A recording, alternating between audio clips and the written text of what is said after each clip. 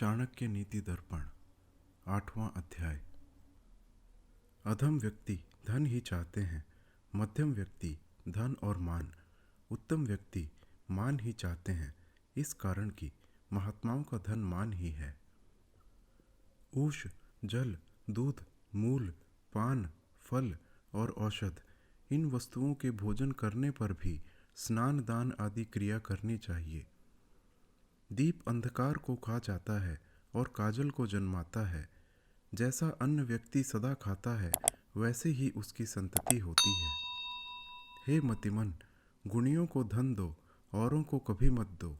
समुद्र से मेघ के मुख में प्राप्त होकर जल सदा मधुर हो जाता है। पृथ्वी पर चर अचर सब जीवों को जिलाकर फिर देखो, वही जल कोटि गुण होकर उसी समुद्र में चला जाता है। तत्वदर्शियों ने कहा है कि सहस्र चांडालों के तुल्य एक यवन होता है और यवन से नीच दूसरा कोई नहीं है।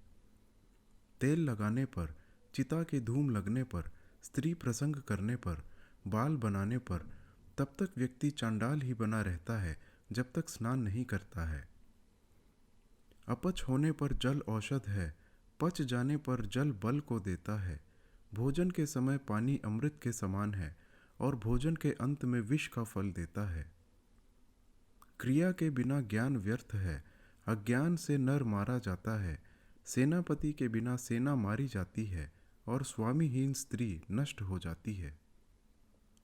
बुढ़ापे में मरी स्त्री, बंधु के हाथ में गया धन और दूसरे के अधीन भोजन, ये तीन पुरुषों की विडंबना है, अर्थात दुखदायक होते हैं। अग्निहोत्र के बिना वेद का पढ़ना व्यर्थ होता है। दान के बिना यज्ञादिक क्रिया नहीं बनती।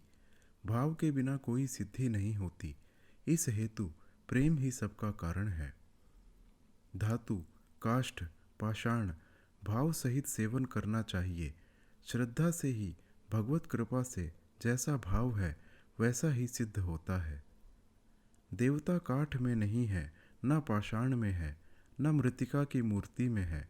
निश्चय है कि देवता भाव में विद्यमान है, इस हेतु भाव ही सबका कारण है। शांति के समान दूसरा तप नहीं, न संतोष से परे मुख, न तृष्णा के समान दूसरी व्याधि है और न दया से अधिक कोई धर्म है।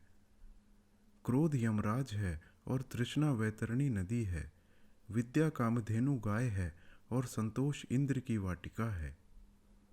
गुण रूप को भूषित करता है, शील कुल को अलंकृत करता है। सिद्धि विद्या को भूषित करती है और भोग धन को भूषित करता है। निर्गुण की सुंदरता व्यर्थ है, शीलहीन का कुल निंदित होता है। सिद्धि के बिना विद्या व्यर्थ है और भोग के बिना धन व्यर्थ है। भूमिगत जल पवित्र होता है, पतिव्रता स्त्री पवित्र होती है। कल्याण करने वाला राजा पवित्र गिना जाता है। ब्राह्मण संतोषी शुद्ध होता है। असंतोषी ब्राह्मण निंदित गिने जाते हैं और संतोषी राजा, सलज्जा वेश्या और लज्जाहीन कुल स्त्री निंदित गिनी जाती हैं। विद्याहीन बड़े कुल के मनुष्यों को क्या लाभ है। विद्वान का नीच भी कुल देवताओं से पूजा जाता है। संसार में विद्वान ही प्रशंसित होता है। विद्वान ही सब स्थानों में आदर पाता है। विद्या ही से सब मिलता है। विद्या ही सब स्थान में पूजित होती है। सुंदर, तरुणता युक्त और बड़े कुल में उत्पन्न भी विद्याहीन पुरुष ऐसे नहीं शोभते जैसे बिना गंध पलाश के फूल।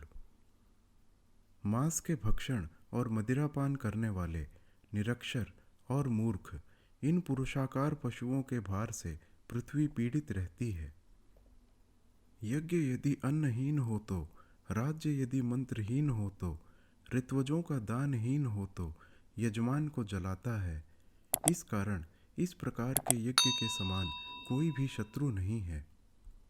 इस प्रकार 8वां अध्याय संपूर्ण हुआ।